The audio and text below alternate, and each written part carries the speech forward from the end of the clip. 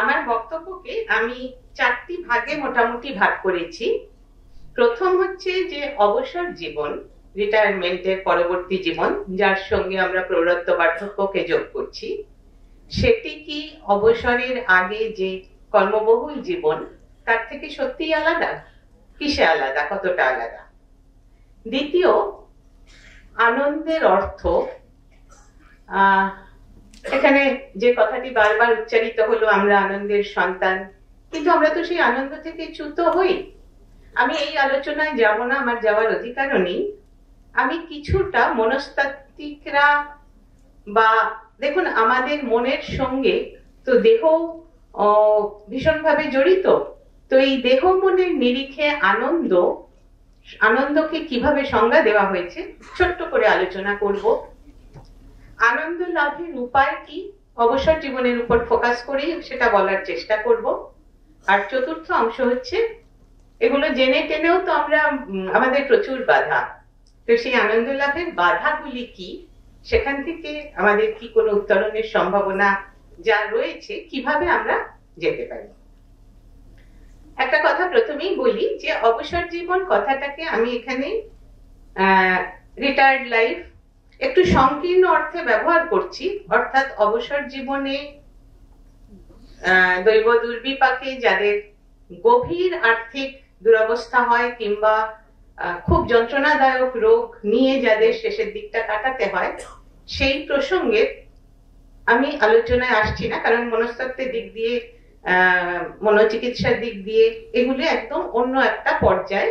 এই এইটুকু সময়ের মধ্যে সেই আলোচনায় আমি আসতে পারবো না। মোটামুটি ভাবে ধরে নিচ্ছি যাদের মোটামুটি আর্থিক স্বাচ্ছন্দ্য, মোটামুটি স্বাস্থ্য রয়েছে, তাদের কথাই বলছি। প্রথম প্রশ্ন হচ্ছে, অবসর জীবন প্রাক অবসর জীবন থেকে কতটা আলাদা? নিশ্চয়ই আলাদা। ওই 9:30 বাজলেই মনের মধ্যে যে একটা ডিংডং বেল বাজে, সেটা আর বাজছে না, ঠিক। কিন্তু মানসিকতার দিক দিয়ে কতটা আলাদা? এই আলোচনায় যাওয়ার আগে আমি আপনাদের একটা কল্পনা করতে বলবো। মনে করুন আপনার সামনে খুব ভালো ভালো সুখাদ্য ভর্তি একটা থালা দেওয়া হয়েছে, খিদেও পেয়েছে জোর, কিন্তু একটা শর্ত আছে, আপনিই খাবেন। শর্তটা হচ্ছে, এই থালাটি আপনার সামনে থেকে যে কোনো সময় সরিয়ে নেওয়া হবে। সেটা 1 মিনিট পরেও হতে পারে, 2 ঘন্টা পরেও হতে পারে, আপনাকে বলবে না, চট করে টুক করে সরিয়ে নেবে। তো এবার আপনি তাহলে কি করবেন? এই শর্ত নিয়ে খেতে বসলে মনে মনে ভাবলে দেখবেন হয়তো আপনি গোগ্রাসে যতটা পারেন খেয়ে নি, যতক্ষণ আছে বাবা খেয়ে নি, এরকম করতে পারেন। আপনি ভাবতে পারেন যে শেষ তো করতেই পারবো না, যেটা ভাল লাগছে রসিয়ে রসিয়ে খাই, অল্পই খাবো। আপনি ভাবতে পারেন যে এরকম আজে বাজে শর্ত দিয়েছে, এত টেনশন নিয়ে আমি খেতে পারবো না, যাও চাই না, থালা সরিয়ে দিলেন। এরকমও হতে পারে আপনি ভাবছেন যে আপনার মনটা খারাপ হয়ে গেল, যে দেখো সারা জীবন আমার এরকম হয়েছে, ভালো জিনিস সামনে এসেছে আবার চলে গেছে। তো এই যে আরো অনেক কিছু হতে পারে, আমি 4টে উদাহরণ দিলাম, মিলিয়ে মিশিয়েও হতে পারে। এখন আপনার হয়তো মনে হচ্ছে যে যখন এই শর্তটা এলো, থালাটা এলো, তখন আপনার এইটা মনে হচ্ছে, কিন্তু আসলে আপনি যদি ভেবে দেখেন, যে কোনো অপ্রীতিকর পরিস্থিতি মোকাবিলা করবার জন্য আমাদের কতগুলি অভ্যাস থাকে, আমাদের ব্যক্তিত্বের একটা প্রভাব থাকে। শুধুমাত্র এক্ষেত্রে নয়, আপনি দেখবেন যে আপনার সারা জীবনের মধ্যে আপনার এই মানসিকতার, এই ব্যক্তিত্বের একটা ছায়া রয়েছে। একটুখানি সাইকোলজির 2-1টা কথা বলি। ব্যক্তিত্ব জিনিসটাকে নানান ভাবে ভাগ করার চেষ্টা করা হয়েছে। সাইকোলজিস্টদের না কোনো কথার সঙ্গে কোনো কথা মেলে না, নানান রকম মত থাকে। তো আমি একটা বিশেষ মত নিয়ে বলছি, যেখানে পার্সোনালিটিকে বা ব্যক্তিত্বকে কতগুলো টাইপে ভাগ করা হয়, বলা হয় এবিসিডি। এ টাইপটা কিরকম? এ টাইপ হচ্ছে যে খুব তাড়াহুড়ো করে, সবচেয়ে ভালো জিনিসটা আগে চাই, না পাওয়া পর্যন্ত, অ্যাম্বিশনটা পূরণ না হওয়া পর্যন্ত সে খুশি হয় না, সে গোগ্রাসে খেতে পারে। বি টাইপ হচ্ছে যে একটু রিল্যাক্সড, একটু আনন্দে থাকে, হেলে দুলে চলে, দেরিও করে ফেলে কাজে কর্মে, যতটুকুন খাবো রসিয়ে রসিয়ে খাই। সি টাইপকে বলা হয় অ্যাংশাস, উদ্বেগ প্রবণ, নিখুঁত, ধীরে সুস্থে ভালো হলে তবে আমি কাজটা করতে পারবো, না হলে তার মনের মধ্যে একটা অশান্তি অসুবিধা হতে থাকে। আর ডি টাইপকে বলা হয় ডিস্ট্রেসড বা ডিপ্রেসড, বিমর্ষ, চট করে মন খারাপ হয়, সেন্সিটিভ, একটু কোমল মন, অন্যকে সাহায্য করে কিন্তু গভীর বন্ধুত্বে যেতে পারে না। এইরকম কতগুলি ভাগের কথা বলা হয়েছে। আমি যা বলবো অনেক ক্ষেত্রেই একটু অতি সরলীকরণ থাকবে, যেহেতু আমি এখানে পপুলার একটা জায়গার মধ্যে বোঝাবার চেষ্টা করছি, এটাও একটু অতি সরলীকরণ হলো। এই চারটে ভাগের বিভাজনগুলি ওয়াটার টাইট নয়, তার মানে কাঁটা তারের বেড়া নয়, ধরে নিন চারা গাছের বেড়া, একটার সঙ্গে আরেকটা মিশেই যাচ্ছে। আমরা বেশিরভাগই এরকম মিশ্রণ। কিন্তু আমার বক্তব্যটা হচ্ছে যে প্রাক অবসর জীবনে আমাদের মনটি যেমন ছিল সেই মনটি কিন্তু আমরা ক্যারি ওভার করে নিয়ে চলেছি। আমার কাজ বন্ধ হয়েছে, মনের ছক কিন্তু বন্ধ হয়নি। তাই জন্য যেমন আমরা অবসর জীবনের জন্য ইনভেস্ট করি টাকা পয়সা, সেই রকম অবসর জীবনের জন্য মনকেও ইনভেস্ট করতে হবে। এবং এই মন আজকে অবসর জীবন লাভের পরে আমি যাই করার কথা ভাবি না কেন, সেখানে কিন্তু এই মনই আমাকে সাহায্য করবে। ধরুন আমি তো এখন অবসরের জন্য অপেক্ষা করছি। তো সাইকোলজিস্টরা অবসর জীবনকে কয়েকটা পর্যায়ে ভাগ করেছেন। একদম প্রথম হচ্ছে এই আমার এখনকার অবস্থা, প্রাক অবসর মুহূর্ত, যখন আমি অধীর আগ্রহে অপেক্ষা করছি কবে আসবে সেই দিনটি। দিনটা যখন এলো, এখন তো অন্তত আমি ভাবছি যে আমি হয়তো হাল্লার রাজার মতন একটা ছুটি ছুটি করে দৌড় দেব, দিলাম, খুব আনন্দ।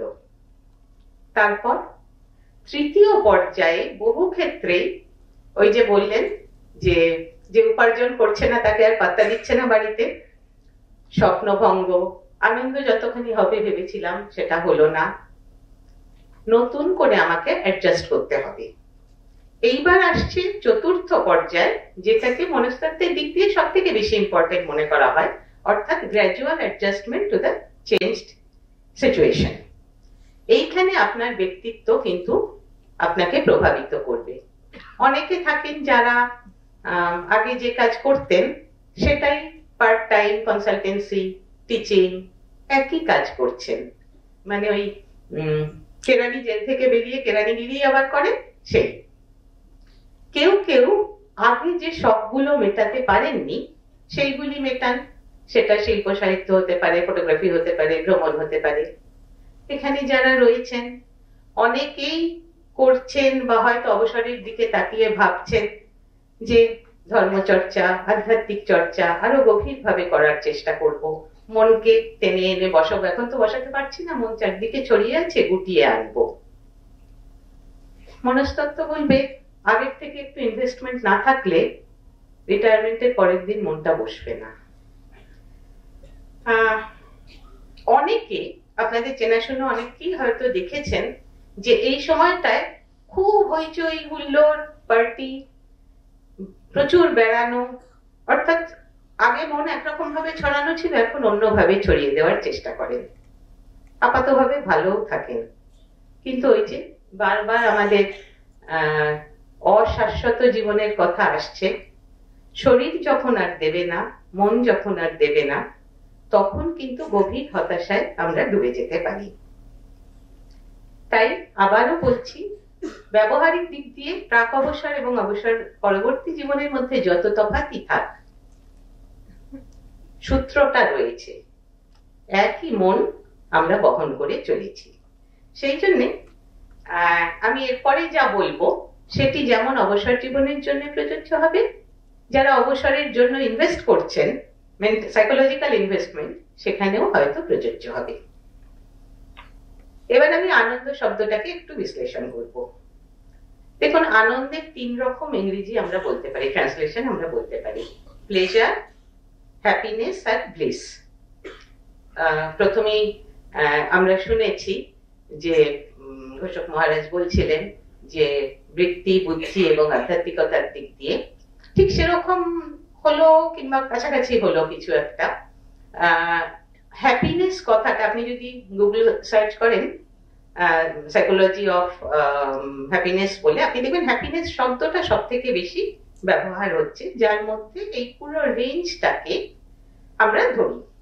কিন্তু প্লেজার আর ব্লিসের তফাতের কথাও মনস্তত্ত্ব খুব পরিষ্কার ভাবে স্বীকার করে। ট্র্যাডিশনাল ওয়েস্টার্ন সাইকোলজি এগুলো অনেক কিছু নিত না।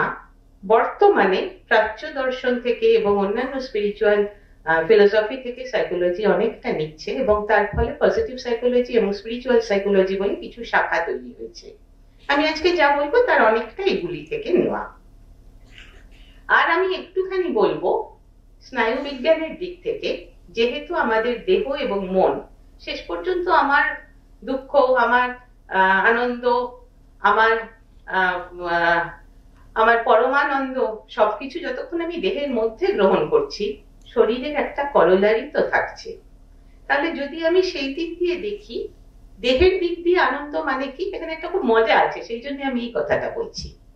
আমাদের ব্রেনে কিছু রাসায়নিকের ক্ষরণ হয়। দেখা গেছে ডোপামিন বলে একটা রাসায়নিক রয়েছে, আপনারা অনেকেই জানেন, আবারও অতি সরলীকরণ করছি। এইটির ক্ষরণ কম হলে ডিপ্রেশন হয়, বিষাদ হয়, নিরানন্দ হয়। এবার ব্রেনের মধ্যে একটা পাথওয়ে আছে যেখান দিয়ে ডোপামিন চালিত হয়, এবং সেই পাথওয়ের মধ্যে দেখা গেছে কিছু কেন্দ্র রয়েছে। সেই কেন্দ্রগুলি যদি উদ্দীপিত হয় তাহলে আমাদের আনন্দের সেন্স হয়। এর ফ্যান্সি নাম দেওয়া হয়েছে, এগুলোকে বলা হয় প্লেজার স্পটস, কেউ কেউ বলেছেন হেডনিক হটস্পটস, এইরকম নাম রয়েছে। যেমন দেখা গেছে যদি একটা বাঁদরের এই প্লেজার স্পটস গুলোকে ইলেকট্রিক্যালি স্টিমুলেট করা হয়, তাহলে সে মহানন্দে বাদরামি আরম্ভ করে দেয়। এবার এই পর্যন্ত বোঝা সহজ, কিন্তু এরপরে একটা কথা আছে যেটা বলবার জন্য আমি ডোপামিনের কথা আনলাম, প্লেজার স্পটস এর কথা আনলাম। 2022 সালে একজন জার্মানির জীববিজ্ঞানী, তার নাম টোবিয়াস এশ, তিনি একটা খুব সুন্দর দাবি করেছেন পরীক্ষণের মাধ্যমে। তিনি বলছেন যে এই স্পটস গুলো স্টিমিউলেটেড হলে যে আনন্দ হয় সেটা কিন্তু একরকম নয়, অন্তত 3 রকম। এবং সেই 3 রকম আনন্দ কম বয়স থেকে বেশি বয়সে পাওয়ার সহজ হয়। মানে যেটা কম বয়সে পাওয়া যত সহজ হয়, একই স্পটস উদ্দীপিত হচ্ছে, কিন্তু কোয়ালিটেটিভলি 3টে আলাদা জিনিস হচ্ছে। তিনি নাম দিচ্ছেন, প্রথমটিকে বলা হচ্ছে ওয়ান্ট, কামনা, এবং সেটা প্রাপ্তির আনন্দ। কম বয়সে এটা আমাদের অধিকাংশে এই চাওয়াটা থাকে, এই আনন্দ লাভটা যেন সহজে আসে। তারপর হচ্ছে অ্যাভয়েডিং, অনেক কিছু আর চাই না, যা আছে সেটা স্টেবল হোক, স্বস্তিতে থাকি। আর তৃতীয়টি আমি যখন প্রথম পড়লাম চমৎকৃত হলাম। টোবিয়াস এশ বলছেন নট ওয়ান্টিং, বেশি বয়সে এই আনন্দ পাওয়া সহজতর হয়। এই ফোরামে এই কথাটা বলা আমার ধৃষ্টতা হচ্ছে, কারণ এখানে অনেকে রয়েছেন যারা খুব কম বয়সে, কৈশোরে যৌবনে হয়তো এই নট ওয়ান্টিং এর আনন্দ লাভ করেছেন। আমি বলছি আমাদের মতন সাধারণ লোকেদের কথা, আমরা যারা অর্থহীন ভাবে, আজকে মনে হয় অর্থহীন ভাবে জীবনের অনেকটা সময় ওয়ান্টিং এ কাটিয়েছি। কিন্তু যেটা ইন্টারেস্টিং, টোবিয়াস এশও বারবার বলছেন যে সব বয়সে সবকটা পাওয়া যায়। আমি যদি আজকে 70 বছর 80 বছর বয়সে হই হই করে পার্টি করে আনন্দ করতে চাই, সেটাও আমি পাবো। হ্যাঁ, আমার ব্রেন আমায় সেটাও দেবে না তা নয়, কিন্তু বয়স অনুসারে একটু সহজতর হয় একটির পর আরেকটিকে পাওয়া। অর্থাৎ আমি এটা এইভাবে ইন্টারপ্রিট করতে চেয়েছি যে মস্তিষ্ক যেন আমাদের বানপ্রস্থের একটা ইশারা দেয়। এবার আমি আসবো মনস্তত্ত্বের দিক থেকে আনন্দের উপায়। অবসর জীবনে ফোকাস করব, কিন্তু যে কোনো সময়ের জন্যই দুটির উপরে আমি জোর দেব। দুটি সম্পর্কেই বহুবার বলা হয়ে গেছে, আমার কাজ অনেক কমিয়ে রেখেছেন। প্রথমটা হচ্ছে বহু পরীক্ষণের মাধ্যমে দেখা গেছে, শক্তিবাবু উল্লেখ করেছেন, স্বামী দত্ত সারনাথজি উল্লেখ করেছেন, যে দেখা গেছে যে আমরা যত বেশি সম্পর্ক তৈরি করি, সামাজিক যোগাযোগ করি, তত আমরা ভালো থাকি। রিটায়ার্ড পার্সনস, এল্ডারলি পার্সনসদের উপর সমস্ত রিসার্চ দেখিয়েছে যে যোগাযোগের উপর এটা নির্ভর করে। কিন্তু যোগাযোগ মানে কি ফেসবুকে যোগাযোগ? যত বেশি সামনাসামনি যোগাযোগ হবে, একটা মানুষের সঙ্গে কথা বললে আমি তাকে যতটা ভিতরে নিই, এমপ্যাথি কথা বলছিলেন মহারাজ, যতখানি এমপ্যাথি সম্ভব ফেসবুকে সেটা সম্ভব নয়। তাই যতটা সম্ভব সামনাসামনি যোগাযোগ, এই পর্যন্ত তো বোঝা গেল। আমরা জানি একা একা কি করব, একটু চণ্ডীমণ্ডপের আড্ডা ছিল আগেকার দিনে, এখন তো আর রক নেই, রকের আড্ডাও নেই, চণ্ডীমণ্ডপও নেই। কি আছে? কিছু কিছু ফোরাম আছে, আপনার যেটা শখ, যেটা আপনি করতে চান, ফটোগ্রাফার্স অ্যাসোসিয়েশন আছে, আর্টিস্ট ফোরাম আছে, ধর্মীয় সংঘ আছে। সেগুলি কিন্তু শুধুমাত্র আমাদের যা ভালো লাগে সেটি যেমন ব্যক্তিগত স্তরে দেয়, একটা যোগাযোগের জায়গা তৈরি করে। কিন্তু এহবাহ্য এরপরও আরো কিছু স্টাডি আছে, যে স্টাডি বলছে যে যে কোনো রকম যোগাযোগ না করে যদি আমরা সেবামূলক কাজে, অল্ট্রুইস্টিক কাজে নিজেকে নিয়োজিত করি, মহারাজ বলছিলেন একটু আগে, আনন্দের মাত্রা বহুগুণ বেড়ে যায়। তারও পরে বলছেন যদি এই সেবামূলক কাজে প্রেরণা, মোটিভেশন, স্বার্থপর না বলে আমি এখানে বলবো, এটা টেকনিক্যালি সাইকোলজিতে নার্সিসিজম কথাটা ব্যবহার করা হয়, আত্মগৌরব, নিজেকে ঘিরে ঘিরে ঘুরে বেড়ানো, এইখান থেকে যদি তার প্রেরণা না আসে, যদি কোমলতর অনুভূতি, প্রেম, করুণার মধ্যে যদি তার উৎস থাকে, তাহলে আনন্দ আরো বাড়ে। তাহলে এই তথ্যটি মনে রেখে আমরা কি আমাদের জীবন সাজাতে পারি? অবসরের আগে কি আমি ভাবতে পারি যে অবসরের পরে কি করে আমি নিজেকে নিয়োজিত করব যাতে আরো আরো আনন্দে থাকতে পারি? হ্যাঁ, স্বার্থই হলো আমি আনন্দে থাকতে চাই, কিন্তু কিভাবে আমি সবচেয়ে বেশি আনন্দ পাবো, যেটি আমার কাছে শরীর যখন দেবে না তখনও হতাশা এনে দেবে না। দ্বিতীয় উপায়টি, এটি হচ্ছে ধরুন নিজেকে, স্বামীজি যেমন বলেছিলেন যে হৃদয়টা এত বড় হয়ে যাচ্ছে আর ধরছে না, মানে নিজেকে বিস্তারিত করা, বিস্ফারিত করা, এইটি হচ্ছে আনন্দের একটা দিক। আরেকটা দিক হচ্ছে ঠিক এর উল্টো, নিজেকে গুটিয়ে আনা, মনঃসংযোগের আনন্দ। সমস্ত study, psychological study, neurological study এক বাক্যে দেখিয়েছে যে মনঃসংযোগের আনন্দ এক গভীর আনন্দ। একটা ছোট্ট তত্ত্ব বলছি, এটা একজন হাঙ্গেরিয়ান আমেরিকান মনস্তাত্ত্বিক বলেছিলেন, তার নামটা হচ্ছে মিহাই চিকজান্ট-মিহাই। তিনি ফ্লো বলে একটা তত্ত্ব দিয়েছিলেন। ফ্লো মানে হচ্ছে যদি আমি বাইরের কোনো রিইনফোর্সমেন্টের আশা না করে, মানে এটা দিয়ে আমার একটা অ্যাচিভমেন্ট হবে এই আশা না করে, নিজের আনন্দে কোনো বিষয়কে, তিনি বলছেন যে কোনো বিষয়কে ছোট ছোট চ্যালেঞ্জগুলো ওভারকাম করতে করতে একাগ্র হয়ে ফলো করতে পারি, দীর্ঘদিন অনুশীলন করতে পারি, তার নাম হচ্ছে ফ্লো। এই যে নিজের ভিতরে নিজের আনন্দ উঠে আসা, এরও একটা টেকনিক্যাল নাম আছে, একে বলা হয় অটোটেলিক। এই অটোটেলিক বিহেভিয়ার হচ্ছে আনন্দের উৎস বলা হচ্ছে। এবার আমরা চলুন এটাকে আরেকটু এগিয়ে নিই। ইনফ্যাক্ট এখান থেকেই এই আলোচনা এসেছে, যেটা যেমন যে কোনো সৃজনশীল কাজ, অন্য যে কোনো, আমি একজনকে চিনি যিনি, যার এখন 85 বছর বয়স, তিনি রিটায়ারমেন্টের পরে ফটোগ্রাফি পার্সু করে এখন খুব ভালো ফটোগ্রাফার হয়েছেন। এও আছে, এও আনন্দের উৎস, একই ফ্লো। কিন্তু নিজেকে গুটিয়ে নেওয়ার চরম যে জায়গাটি, যেটি হচ্ছে ধ্যান, সে বিষয়ে আমরা কি বলছি? আজকাল আপনারা জানেন যে ধ্যানের উপরে অনেক কাজ হচ্ছে, নিউরোলজি মেডিটেশন নিয়ে প্রচুর কাজ করছে। একটা অনেক কিছু বলার আছে, আবারও আমি ওভার সিম্পলিফাই করে একটা ছোট্ট জিনিস বলবো যেটা আমার নিজের খুব ইন্টারেস্টিং লাগে, মানে আমার যেগুলো ইন্টারেস্টিং লাগছে আমি বেছে বেছে বলছি আর কি, সেটা যদি একটু এলোমেলো হয়। অনেকেই বলছিলেন যে মন অন্যদিকে চলে যাচ্ছে, কোথায় চলে যাচ্ছে, অতীতের কল্পনা, অতীতের জাবর কাটছি, ভবিষ্যতের অর্থহীন দিবা স্বপ্ন আমরা সবাই জানি, মন কিরম পালিয়ে পালিয়ে যায়।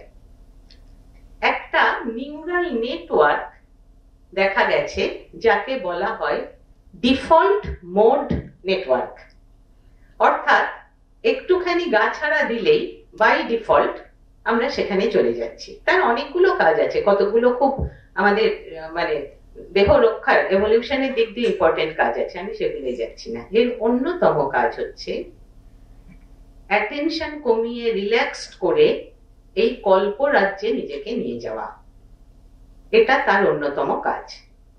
দেখা যাচ্ছে মনঃসংযোগে যখন আমরা থাকি, বিশেষ করে মেডিটেশনের সময় বিভিন্ন ভাবে ফাংশনাল এমআরআই বা অন্যান্য ধরনের এক্সপেরিমেন্টেশনের মাধ্যমে দেখা গেছে যে গভীর ধ্যানে ডিফল্ট মোড নেটওয়ার্ক কম ক্রিয়াশীল হয়, সে সীমিত হয়ে যায়। তার মানে ডিফল্ট হলেও এটা ডিফল্ট নয়, আমি যদি চেষ্টা করি আমি আমার ডিফল্ট মোড নেটওয়ার্ককে লড়াই করে হারিয়ে দিতে পারবো, তার বদলে অন্য একটা নেটওয়ার্ক কাজ করবে, তাকে বলা হয় task positive network, TPN. DMN এর বদলে টিপিএন, যে যাতে মন দিতে চাই তার প্রতি একাগ্র মনোযোগ।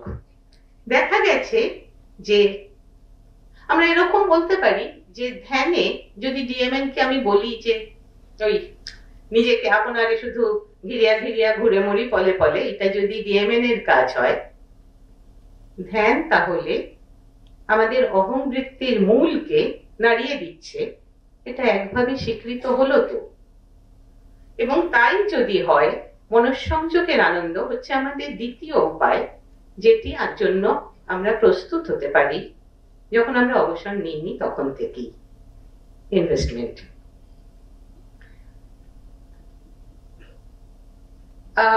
হয়তো এলোমেলো হচ্ছে। এবার আমি আসছি বৃদ্ধ বয়সে বা অবসরের পরে। বৃদ্ধ বয়স কথাটা আমি এখানে আনলাম এই জন্যে যে এইখানে এবার অবসরের প্রশ্নটা আসছে। কেন? কারণ এবার আমাদের কিছু কিছু বাধা আসছে, সারা জীবনই তো বাধা আছে মনঃসংযোগের, কিন্তু এবার আমাদের আনন্দের কিছু বাধা আসছে যেগুলি আমাদের বয়সের সঙ্গে জড়িত। কি কি? একটা হচ্ছে ওই পুরনো জাবর কাটা, কি পেয়েছি কি পাইনি, কি করা উচিত ছিল কি করা হয়ে উঠলো না, অনুতাপ, ক্ষোভ, অভিমান। কি অভিমান নিয়ে এক একজন বয়স্ক মানুষ থাকেন, খুব মনে হয় কি করব, মানে এই মানুষটিকে কিভাবে সাহায্য করা যায়, কিন্তু থাকেন তো অনেক সময়। অপরাধ বোধ, ভুল তো আমরা সবাই করি কিন্তু নিজেকে ক্ষমা করতে না পারা, এগুলি হচ্ছে একটা দিকের আনন্দের বাধা। আনন্দের রাস্তা তো খোলা, দুটি উপায় বলে দেওয়া হয়েছে, আরো উপায় আছে, এই দুটির উপর আমি ফোকাস করলাম। বাধা আমারই কৃত অকৃত, প্রাপ্ত অপ্রাপ্ত জিনিসকে নিয়ে জাবর কাটা। দ্বিতীয় ভয়, এখানে বয়সের প্রশ্নটা আসছে। বয়স্ক মানুষদের ভয়, রোগের ভয়, শোকের ভয়, প্রিয়জনদের হারাবো, নিজের মৃত্যুর ভয়। এতদিন, আজকে 64 বছর আমার সামনে ওই থালাটা সাজানো ছিল, এবার যদি নিয়ে নেয়, নেওয়ার সময় হয়ে এসছে তো। সবগুলোই হারানোর ভয়। রোগের ভয় মানে আমার উপভোগ করার ক্ষমতা হারানোর ভয়, শোকের ভয়, প্রিয়জনকে হারানোর ভয়, মৃত্যুর ভয়, সবকিছুই হারানোর ভয়। তো এই ভয়গুলি আমাদের বিষাদ তৈরি করে, নিরানন্দ তৈরি করে। বয়সের সঙ্গে সঙ্গে যদি আমরা প্রস্তুতিহীন থাকি তাহলে আরো বেশি।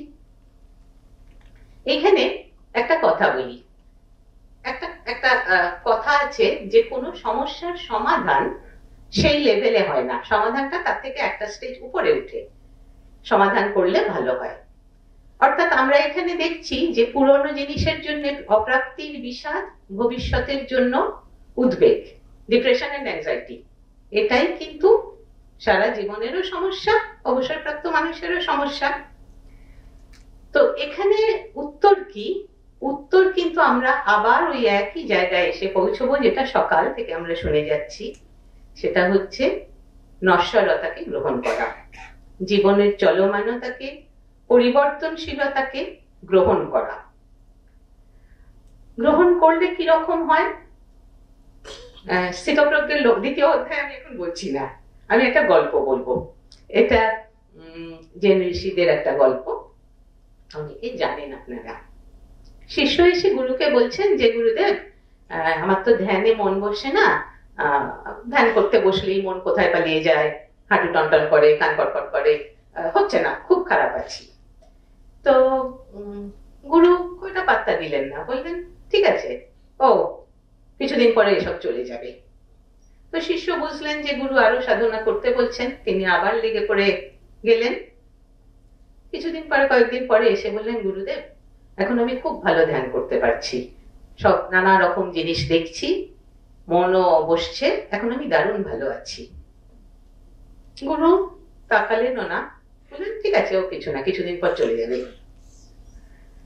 অর্থাৎ কোন জিনিসকেই একেবারে এবার আমি পেয়ে গেলাম আর আমি হারাবো না, এই মোটিভেশন না থাকলেই বোধ হয় নিরানন্দ জায়গাগুলিকে, বিষাদ এবং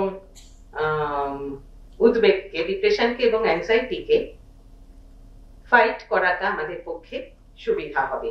এবং তার জন্য মূলত বৌদ্ধ এবং কিছুটা হিন্দু স্ক্রিপচার্স থেকে নিয়ে মাইন্ডফুলনেসের কথা শক্তিবাবু বলছিলেন, অনেকটা বলেছেন, আমি তার ডিটেলে যাব না, ভেবেছিলাম একটু বলবো, প্রয়োজন নেই, উনি আমার কাজ সংক্ষেপ করে দিয়েছেন।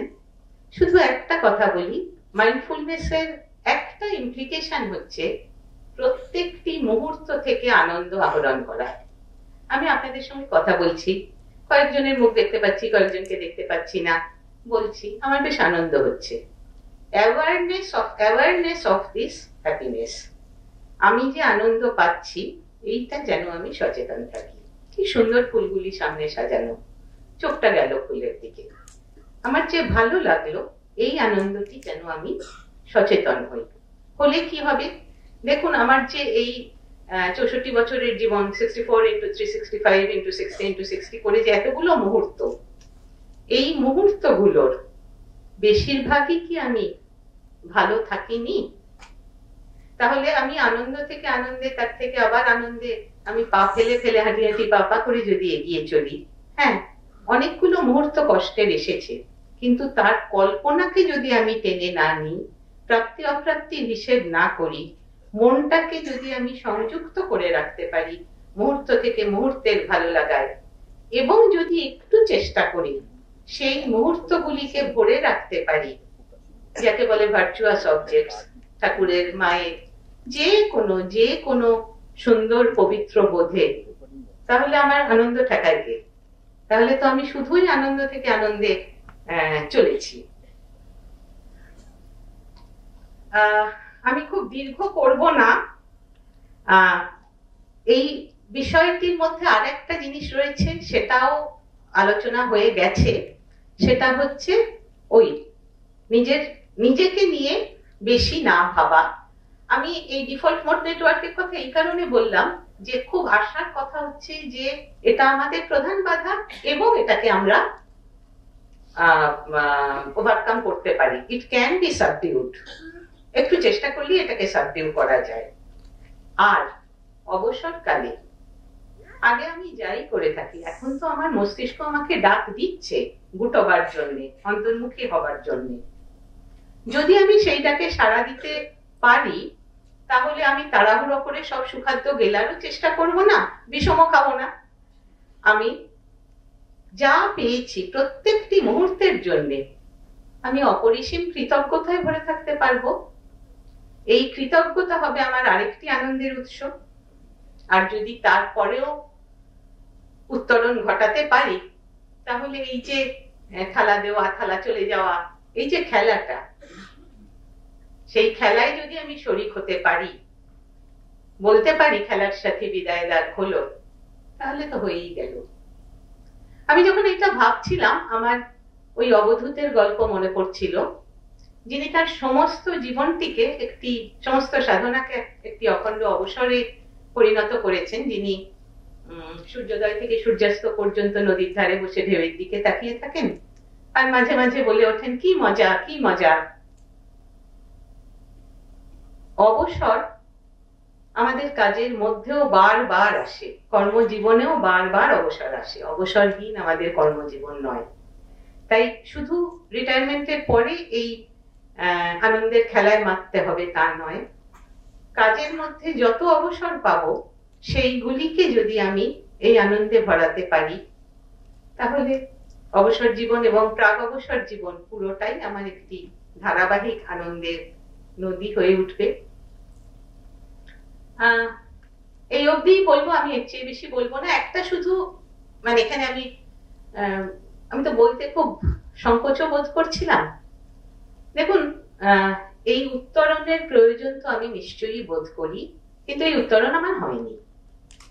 সেই জন্য এখানে সাইকোলজি যদি বা কিছু বলে, নিউরোলজি যদি বা কিছু বলে, সেই আলোচনায় আমি যাব না, কারণ এটা আমার বোধ হয়নি।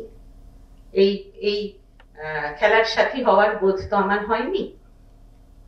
তবে যেটা করতে পারি, আমরা তো খুব সৌভাগ্যবান যে আমাদের একজন মা আছেন, যাকে মা বললে আর ফেলতে পারে না।